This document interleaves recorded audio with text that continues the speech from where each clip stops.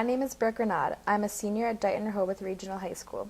Today is a part of a series of interviews that local students will be conducting of past teachers, administrators, and students who will share memories of Rehoboth schools. Today is March 12th, 2012. I am interviewing Janice Rogala. Okay. I am Janice Rogala. I went to Rehoboth schools, grades 1 through 12, and then came back and taught at Palmer River School from 1967 to 2002.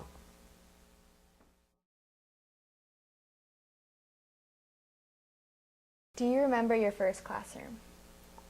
My first classroom as a teacher was in a room that no longer exists at Palmer River.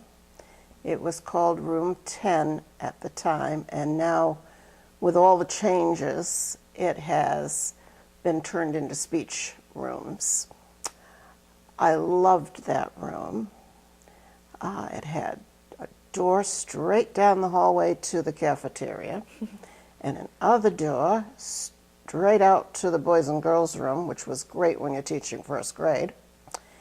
And I could also park at the side parking lot, so it wasn't far to get in and out of.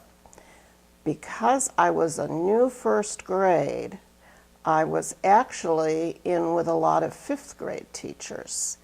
They were on the front wing, and they took me under their wing. They were great. They all knew who I was because I went to Palmer River School. And when I started teaching, Jane Monroe said to me, "Don't you dare tell anyone I had you in school, and call me Jane." So I did.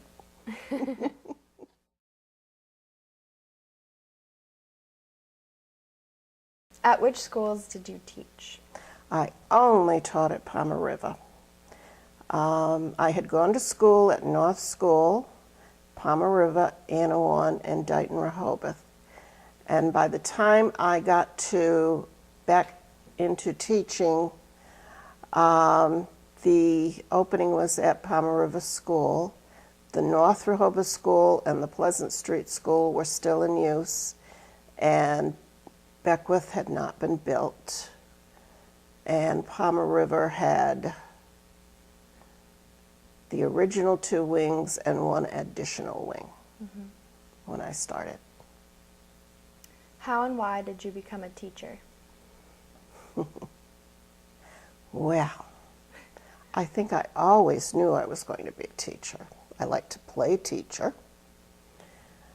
And you have to remember, unfortunately, when I went to college, there weren't too many choices for women. I didn't want to take stenography or type, and I didn't want to change bedpans, although I greatly admired the people who were doing that, both of those things. So that left teaching. And since I loved school and I loved my Rehoboth teachers, it just seemed like a natural fit. Of course. How are your teachers trained for their jobs? My teachers that I had in school? How were teachers trained for their jobs at the time? Okay. Yes. When I went to school to become a teacher, I went to UMass Amherst, and there was a school of education there. We went first 2 years without seeing much of the school of education. The idea was that we would be well-rounded and well-educated. Our junior year, we would go into classrooms and do projects for the teachers. It wasn't until the senior year that we took 1/2 semester of coursework to teach you how to teach, and another 1/2 semester was the student teaching. To be brutally honest, the courses I had were not all that helpful to train me how to be a teacher.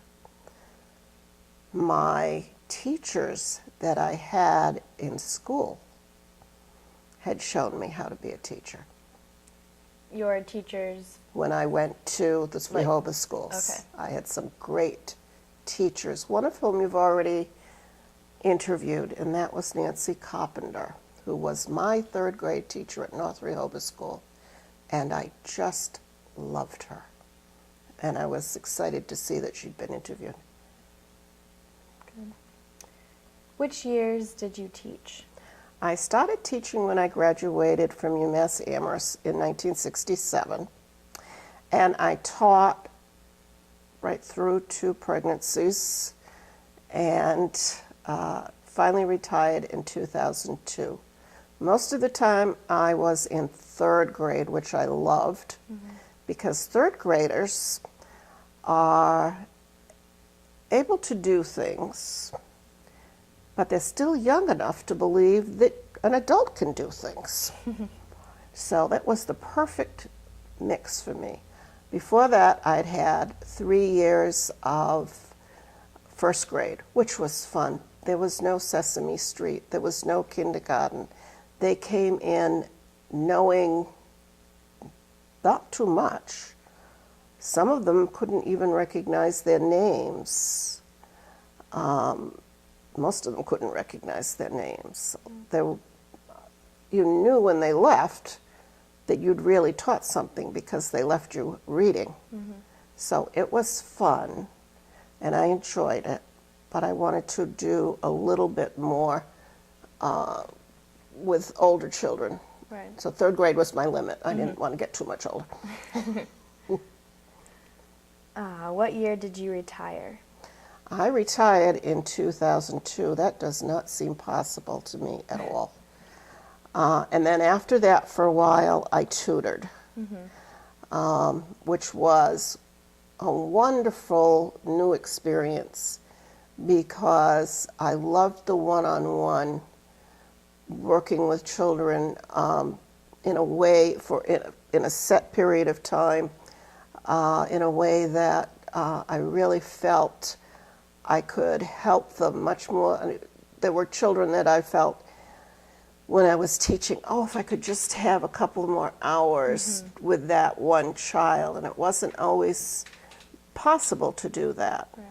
With tutoring, it was a wonderful, wonderful experience, and I just stopped doing that this year with the addition of 2 more grandchildren.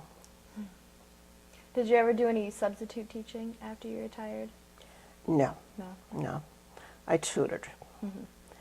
And I enjoyed that very, very much, but I didn't do any subbing.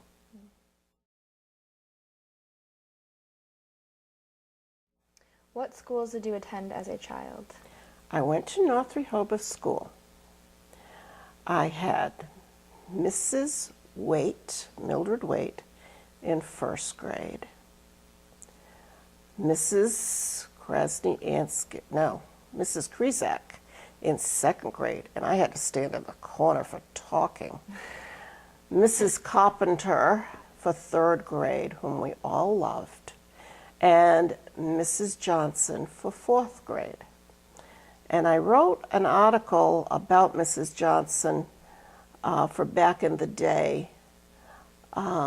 She's one of the teachers that I had that when I went to the university to learn about being a teacher, I had realized was doing things way before her time, or just seemed to know what was right to do, because they would teach us some things, and she had been doing those, and as well as many other teachers.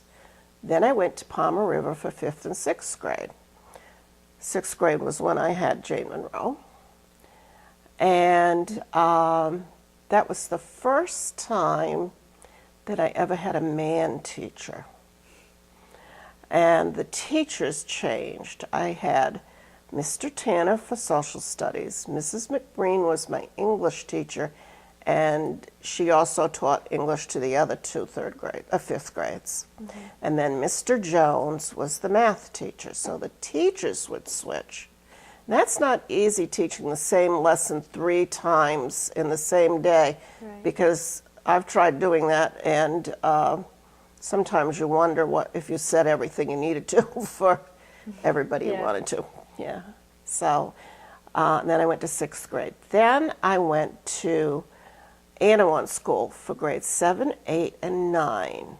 My class was the last 9th grade to leave Anawan. They closed it down then and opened up the high school. And I had Dorothy L. Beckwith was the principal.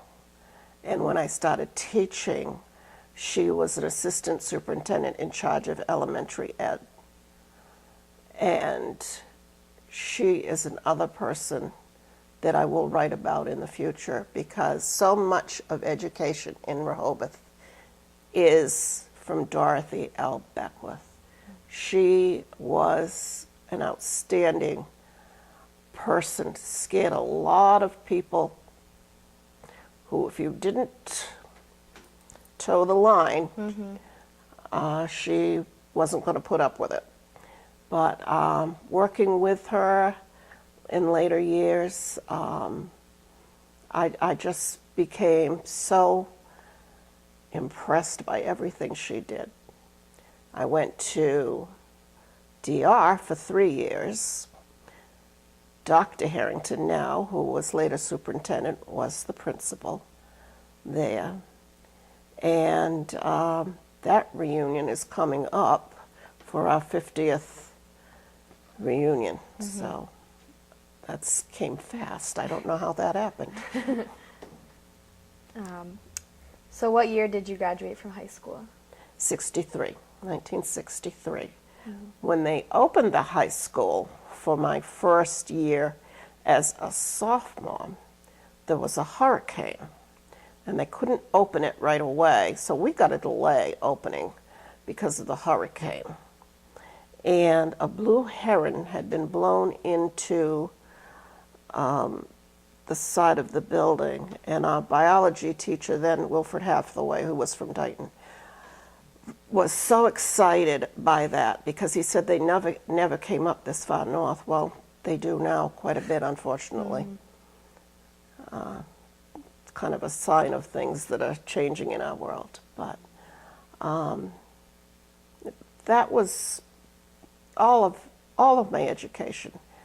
I really learned an awful lot. And when I went to college, I was well prepared for college. I can't thank a lot of people enough for what they did. We have a rich heritage.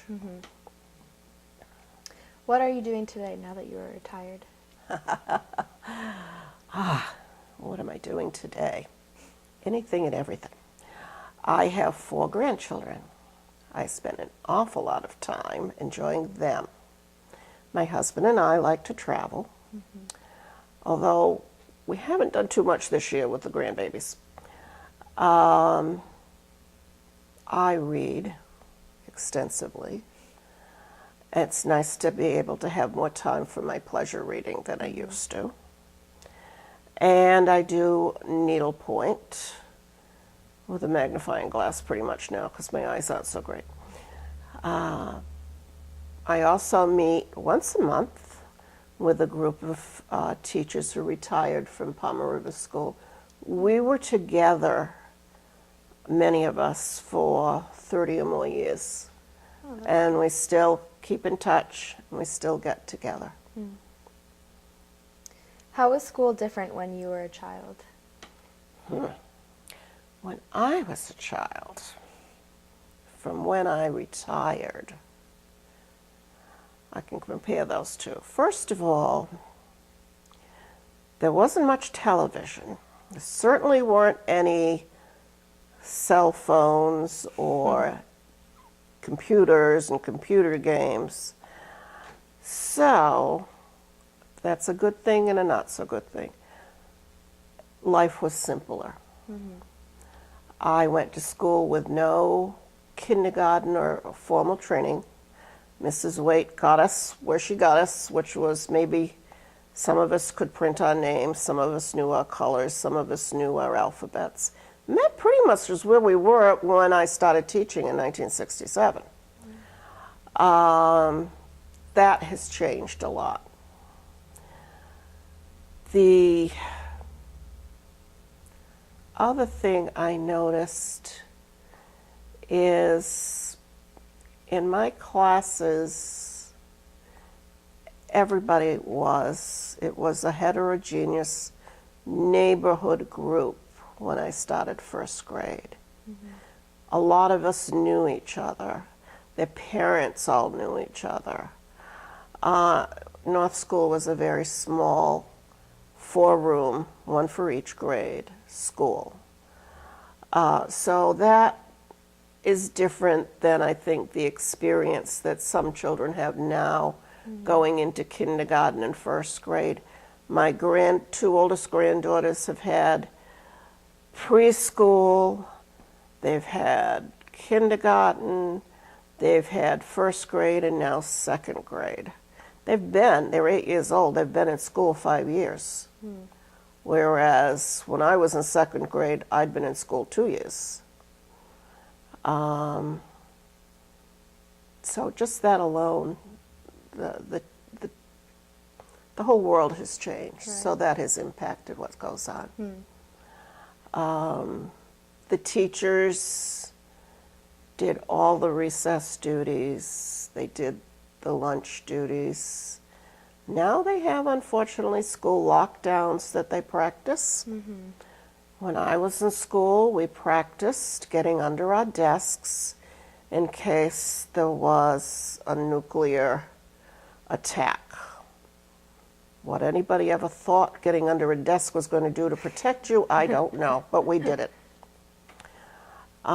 We also were taught manners at home, but we were taught manners in school, and they still try to do the same things. Mrs. Carpenter had us all stand and say good morning or good afternoon to whoever adult came to the door. And it didn't matter whether it was the superintendent or if it was the milkman making the delivery. Mm-hmm. So that, I don't think they do that kind of thing. But they do work on manners still and treating one another well. I did have a little boy ask me why school was the only place you couldn't wear a hat, which I thought was kind of interesting. And I said, well, actually there are other places that you don't usually wear a hat, right, like church or when you go out to eat. But then I realized, well, that wasn't true. People still do that now, People do that now. I also had girls say, well, if the boys could wear a hat inside, why couldn't they? Because the boys kept telling them, you can't wear a hat, you're girls. Mm-hmm. And I would say, well, if you wear a lady's hat, then you would. But if you're wearing a boy's hat, then you wouldn't, just like the boys. Right. So those kind of things have changed an awful lot. The things that children are exposed to, good and bad, are very much different than when I was little. Mm-hmm. That was a few years back.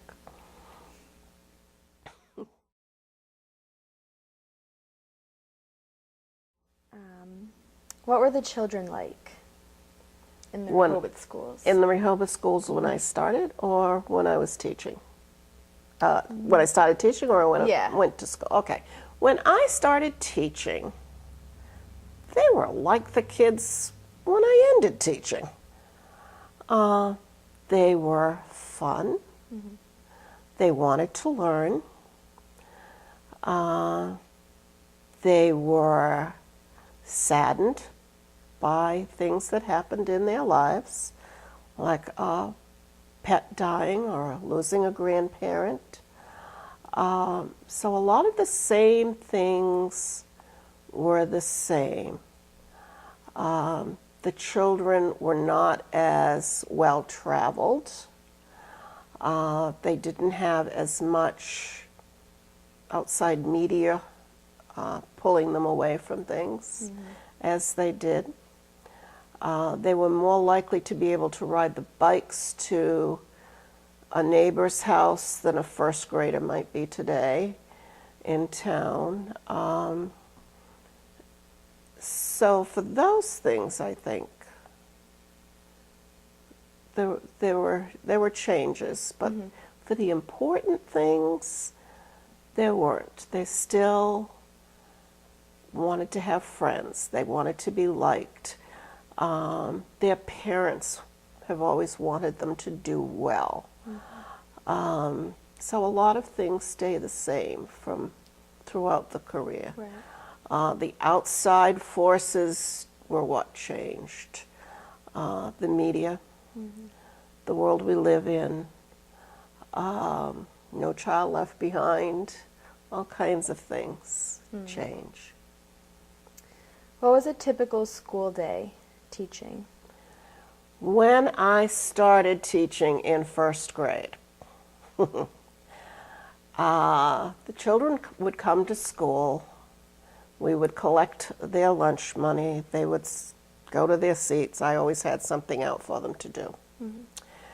I never had to eat with my class in the cafeteria, but I had 2 recess duties every day.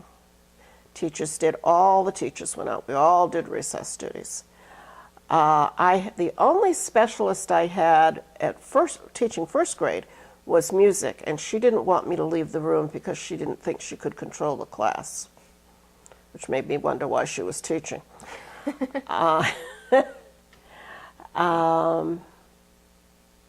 That day, I would spend a lot of time on teaching reading and writing and arithmetic, the basic skills in first grade. We did do some social studies and science, but not a whole lot. The focus was getting them to read and to be able to know their math facts. So that was very big part of the day when I first started out. Dorothy Beckwith, as I said, was the assistant superintendent in charge of elementary schools. And she was very forward-thinking. She had traveled extensively, even in the Soviet Union, which was not exactly 1960s type of trip, to visit their schools. She had an awful lot of things going, team learning, team teaching. We spent a lot of time on getting children ready to write. We did frosting exercises, did an awful lot of things that maybe they do in preschool and kindergarten nowadays, but this was first grade. Have rules changed? For instance, you mentioned before they didn't have lockdowns like we do now, but that kind of thing. Have rules changed? I don't know that the big rules have changed all that much. I think the main focus always in the elementary level is kind of the golden rule. You know, being polite. We always had to try to keep them quiet in the hallways, walking in lines, supposed to get your homework in, all those kinds of things for the elementary level. I think they still spend a lot of time doing those things today. I know I did when I was finishing up my career. I had something called homework tickets, and you could earn, if you got your homework in each day, 10 days in a row, you'd get the ticket that gave you free homework day. And it was interesting. You could see, or at least I thought I could, how kids might handle money. Some of them handed that ticket in the very next day. Others hoarded them till they could get a week off. I had one little boy say, my dad said, I couldn't use it. I have to do my homework every day, no matter what.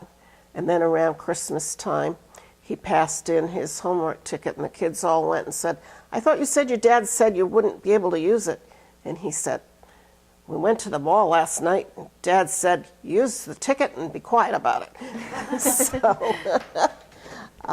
So that was a fun thing, too. Yeah. Because some of them would save them up, and I'll say, "Remember, this is like foreign currency. You can't go to the bank and say, I've lost my money, it fell out of my wallet somewhere, and you can't come to me and say, I lost my homework ticket. Sorry, you have to watch it carefully. And don't take them to 4th grade, because that's like going to another country and they may not recognize your homework ticket there. So either use them or keep them in little notebooks somewhere. What was a typical day when you were a teacher? Oh, wow. Well, for a long time, we lived in Lincoln, Rhode Island, and I would get up and take my 2 little ones to a neighbor who was their babysitter, and then drive to Rehoboth. And I would try to be at school at least an hour and a half early. So that was kind of tough. But then we moved to Rehoboth, so it was a lot easier. They could come to school with me and be there an hour and a half ahead of time. So I would try to get to school, get things organized if we had things to run off or whatever. And then whatever the schedule was, I could say I'm going to do my reading in the morning or I'm going to do it in the afternoon. I had quite a bit of flexibility most of the time. When we exchanged classes, then we all had to do reading at the same time, math at the same time, because we did switch. There was a length of time that we had to switch, which was fine. So the schedule was more superimposed. When I started teaching, after I got to 3rd grade and I had a few more specialists, before school started, you'd scurry around to the specialist and try to get the times you wanted. If she liked you, you did. If she didn't, you didn't. Or if somebody got there first. Right. But then, as time went on, those things were scheduled in. Our principal at the time scheduled the times for lunches and recesses and specialists, and the focus was getting it so that we could be a team. And 3rd grade could almost all of us usually did have the same lunch time and even the same specialist time, so that we could work together as a team during those times, which was really, really nice. And that teamwork, I think, has lasted us through till now. That's as we were with each other. Yeah. Did the children walk home from school for lunch? Not that I'm aware of, not in Rehoboth. Even when I went to North School and there were children who lived close by, they may have, but I really wasn't aware of it. Gert Messier, who cooks at the senior center, was one of the cooks there. They also used to make their own bread. Anita Leffett made the best bread. And I can remember getting to school one day early, and school got canceled. It was just before a Christmas vacation or February vacation, and the bread was all made, and they gave anybody that landed at school the bread because there was nothing they could do with it. There was no school for another week or so. So that was great. But, yeah, I think that's... What were your responsibilities as a teacher? Wow. One responsibility as a teacher is to set a good example to your students, to the parents, to your staff, fellow staff mates, your fellow teachers. all of them, the whole staff, from the superintendent to the principal to the aides and janitors and secretaries, and your children, you set a good example. You need to be fair and consistent. I was expected to teach the children, to challenge them, to teach them to read, write, and do math according to my grade curriculum, social studies and science as well.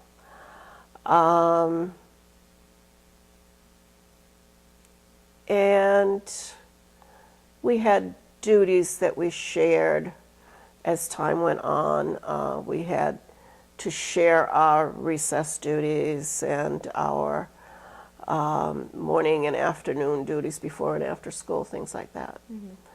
A lot of things were set up by the bargaining agreement.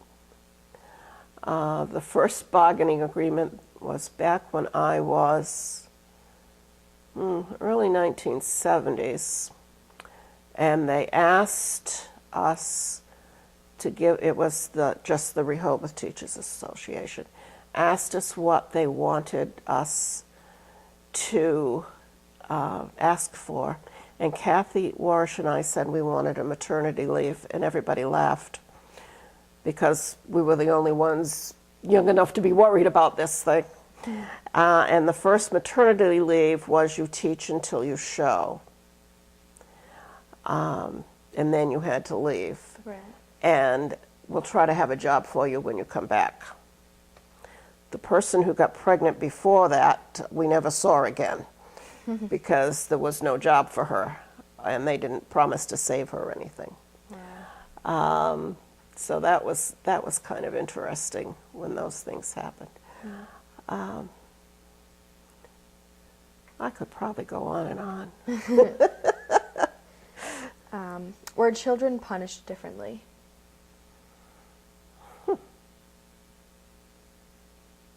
Well, as I said, in second grade, I had to sit in the corner.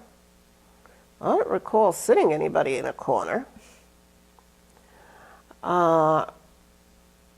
Children would sometimes lose a recess. I think that probably happened back then.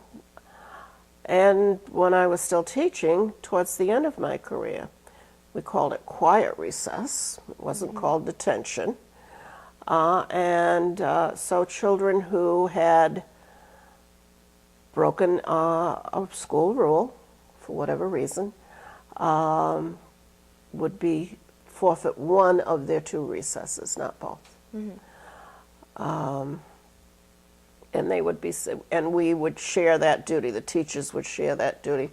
Two people would be, three people would be outside, and one person would be inside with the so-called quiet recess.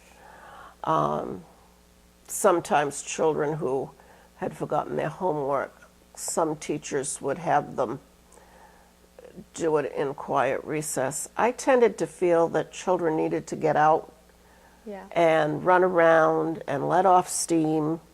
So that's part of the pull of the homework ticket. That was my answer to that. Yeah. What was the hardest thing to adjust to over the years?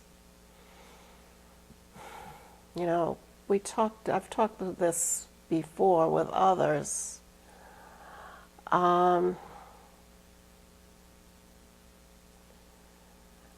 I really don't know that I found anything terribly hard to adjust to. I don't think either I didn't know any better, or I don't think we were usually asked to do something that was not out of the realm of acceptability. I can remember one teacher getting a whole new reading series for a year that she was going to retire and saying, couldn't I just do the old one for one more year? No, that didn't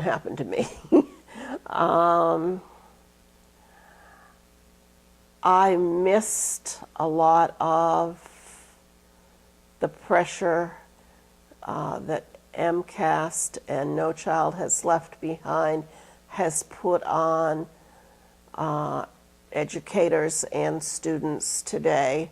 I was in there at the beginning of it, but I don't think I felt the full impact that people have since then.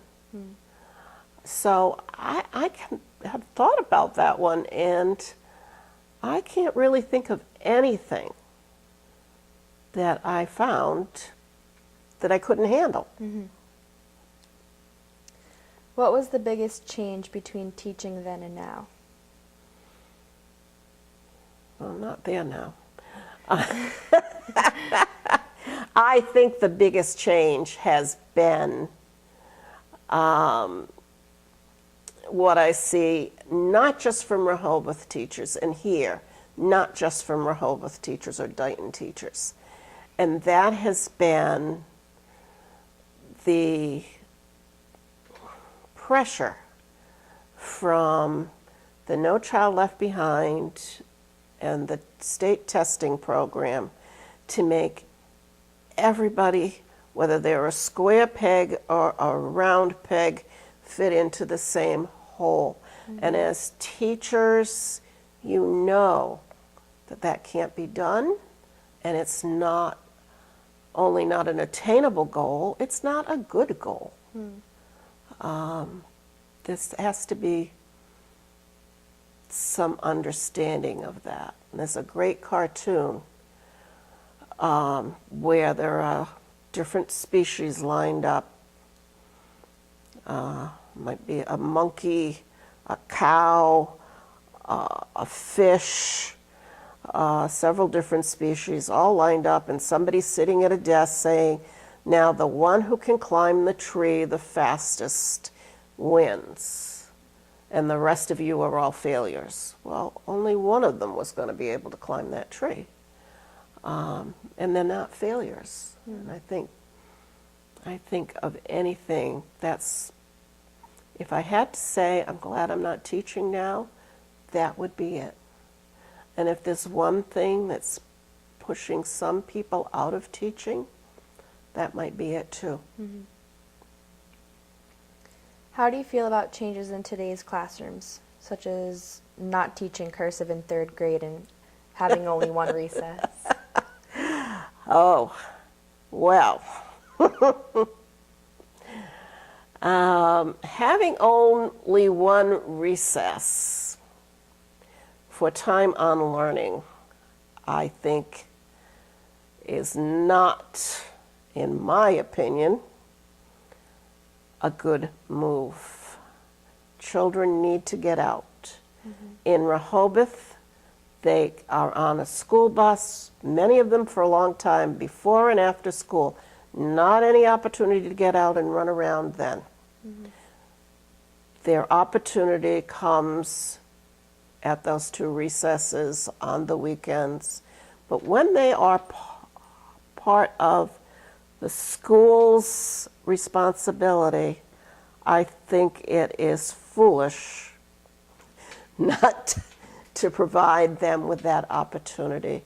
It provides them with the exercise, it lets them blow off that steam, it gives them a chance to be with their peers and interact without having somebody all the time right there to tell them, now you can do it, now you can't. So I think that would bother me immensely if I was still teaching. When I was teaching, we still had time on learning. I would take a break in the morning, my class would go to the bathroom. We go, every child had a book. They stood or sat, whatever they wanted to do, in line to go to the boys' room and girls' room. They would go in, leave their book, go in, come back, pick up their book, and read. So while they were waiting for others, they were reading. And if somebody walked by and said, what's this? And I would say, it's time on learning. And I think you can do those types of things, but to me, more than one recess, because we only get one phys ed period a week, as far as I know. Penmanship, I love teaching penmanship. I think I made it fun. The same man who was teaching penmanship to me in 4th grade when we learned with Renaud came and taught it in South Hadley when I was student teaching, and then he came to Rehoboth when I was teaching. Then budget cuts came and we no longer had, I used to call him Mr. Renaud. He always was old, even back when I was in 4th grade. But I liked teaching it, and I think the things that we did, we had Sally the Seal. She was the penmanship seal of approval. She would come sit on your desk. She would call to me if she wanted to change to somebody else's desk because she liked how hard they were trying, or she thought their penmanship position was great. They weren't sitting on their feet or anything. She didn't have feet, so she was very interested in feet. When they reached a certain point, they would get their learner's permit when they had all their cursive letters, lowercase. They would get their learner's permit. They would come in on their desk, would be taped a new name tag, and it would say on it learner's permit, and that was their penmanship learner's permit. And they could write anything they wanted to, not just penmanship, in cursive. And then we would move on, and as they got their capital letter for their name, they would get to do their whole name. And I said, that's your signature, that's important. You're going to have this, at least you boys will, for the rest of your lives. So we would do those kinds of things to make it fun. It also was good for fine motor skills. But I don't think today it is as terribly relevant with everything that, texting or everything else. So I guess maybe I could let that one go, but not the second recess. Do you have any additional memories to share? Oh boy. Let me think. My dad and his 2 brothers went to school in Rehoboth. That means my family's fairly new to Rehoboth, if you're a Rehobothite. They went to the Stevens Corner School. And my dad told stories about going to the school. One of them was one of his teachers would take her shoes off and pull the desk drawer out and prop her feet up. And when the trolley stopped, it meant the superintendent of schools was coming in, and she would be trying to get her shoes back on before he got back in to the classroom. One of his schoolmates was the future Doris Johnson, who was my 4th grade teacher at North School. But she didn't hold it against me because he was a pretty good pitcher in his youth, and he had been pitching snowballs at the Baker's Corner School door, and she opened it and got one full in the face. But when I went to school, she was just fine. She didn't hold that against me. And when I started teaching, as any teacher that has had children come back as adults and start teaching will tell you, it is such a great feeling to feel that they've joined you in this position or profession. And she gave me all kinds of materials because she had retired. I went with my class one year to Hornbein School, as we did year after year after year. And Bertie Corbett, who was a former 3rd grade teacher and an art teacher at Palmer River, and she had taught at Pleasant Street School too. She was the Hornbein teacher at the time. And Doris's husband, D. Lee, had decided it was such a thrill that I was coming with my class to Hornbein School, because Doris had been one of the people, along with Dorothy L. Beckwith, that were instrumental in getting Hornbein School up and running. And their pictures were hanging on the wall of the school. So he had somebody there carding sheep and shaving sheep and carding sheep, and somebody spinning. And they had Mike Schobel there to take Bertie and I on a little wagon ride down the street. And I'm going, but my class is back there. And Bertie and I were the only two teachers at the time. And we got back in the school and settled down, and all of a sudden, Doris's picture went thump off the wall. And I said to Bertie, I don't think Doris is amused. Because he was just so thrilled. It was the sweetest thing. It really was. And I went to Hornbein School with my class, and as anybody who teaches with me will tell you, it lost something after the first 30 years, which is why I never became a Hornbein school marm, because it was the ones who did it were just always have been fantastic. They really were. But I enjoyed teaching in school in Rehoboth. It's where I came back to. I had other offers to other school districts in the area. I knew I had to live at home. And when I got this one, that's the one I wanted. I wanted to give back.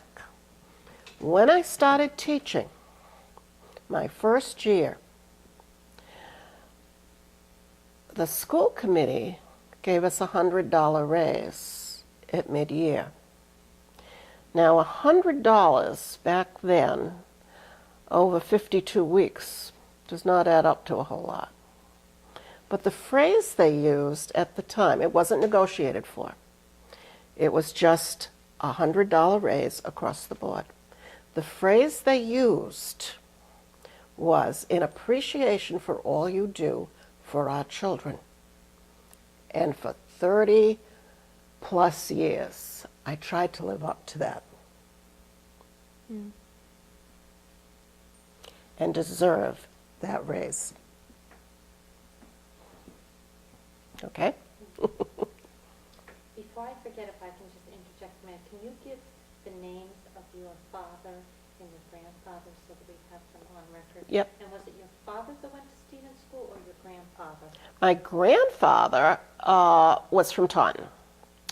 He was a janitor at North Rehoboth School. My father, Elmer, his brothers Alton and Wallace, all went to, is it Baker's Corner School? The Bakers lived there. That's why I keep calling it Baker's Corner. It's Stevens School, I think. It's on Tremont Street. Dave knows which one. Okay. They all went there. I have his report cards. He was made to quit at the end of 4th grade because they needed his money. So he only went through till 4th grade. And then he was apprenticed to a gentleman he called Old Man Howe. And his first job was lugging the bales of shingles up to the roof and then taking the nails out of the older ones. When this is your father? That's my father. Okay. And So he was Elmer? he was Elmer. Okay. Okay. So he Did was... he go back to school? No, Did he? no. That was it. And he would, at night, I can remember him sitting, and he'd come home, we'd have supper, and he would sit down, he'd watch the evening news, then he would read the newspaper, and then he would read the dictionary. Because, and I don't think anybody was more thrilled, I'm going to cry, than my dad when I started teaching. Now, how about your grandfather? What was his name? His name was Walter. Walter. Walter. Okay. And his family was from Taunton. And my grandmother, Edna, was, she was in service in Taunton. That's how, she was originally from Brockton. So that's how my grandfather and she met. And my father would tell about the teacher staying at his house during the week. The teachers would go home to Taunton on the weekend to be with their families, but during the week they would often stay at a family home, so that during the week, and then he would go and get water from next door, and they'd bring firewood in, and he'd start the stove, because when he was one of the older boys in 4th grade. But he had to quit to become a carpenter, and he never really liked carpentry, but he was a finished carpenter. He was excellent. And they would trap, and they would cut ice in the swamps of the headwaters of Palmer River and trap. And he was never afraid of going out, but that's how they put meat on the table. And I can remember one time a skunk in our yard had got its head caught in a Nestle's Quick Box or a mayonnaise jar or something, and he went out and put his foot on it, and the skunk backed up and looked up at him and walked off. And because he had no fear, he knew exactly, he was used to being out with the animals out doing that. But I have he's not really an uncle, but I always called him uncle, who was the college president, and said my dad was probably the smartest man he ever met. But he never had the opportunity to get an education, and was just thrilled that my brother and I did, and that I went into teaching. That was really something. And what was your brother's name, and what did he end up doing? I'm sorry? Your brother, what was his name, and what did he end up going into? My brother was named William Hager. He and his wife lived in Berkeley. His daughter went through school here in Rehoboth, and she became a adaptive phys ed teacher. She's out west. And he ended up, although he had his master's in guidance, never actually worked in school, always worked in business. So, just the way things turned out. But I'm going to try to get a hold of my cousins before I go down, because their mother kept pictures of everything. And the ones around here might have things that they could share with you, and they could, if I could just get them to come in and meet with you one day and share some of the things, that would be good. But I'll send them an email before I go to see if I can get them all up, because they had all kinds of stuff. And they have a lot of good memories too. They all went to North School. They lived on 801 Street. The youngest brother died in the Battle of the Bulge. So, but it was a nice time to grow up. Mm-hmm. And a nice place to grow up. I can imagine. It's different. Very different. It's different, but it's not different. I think a lot of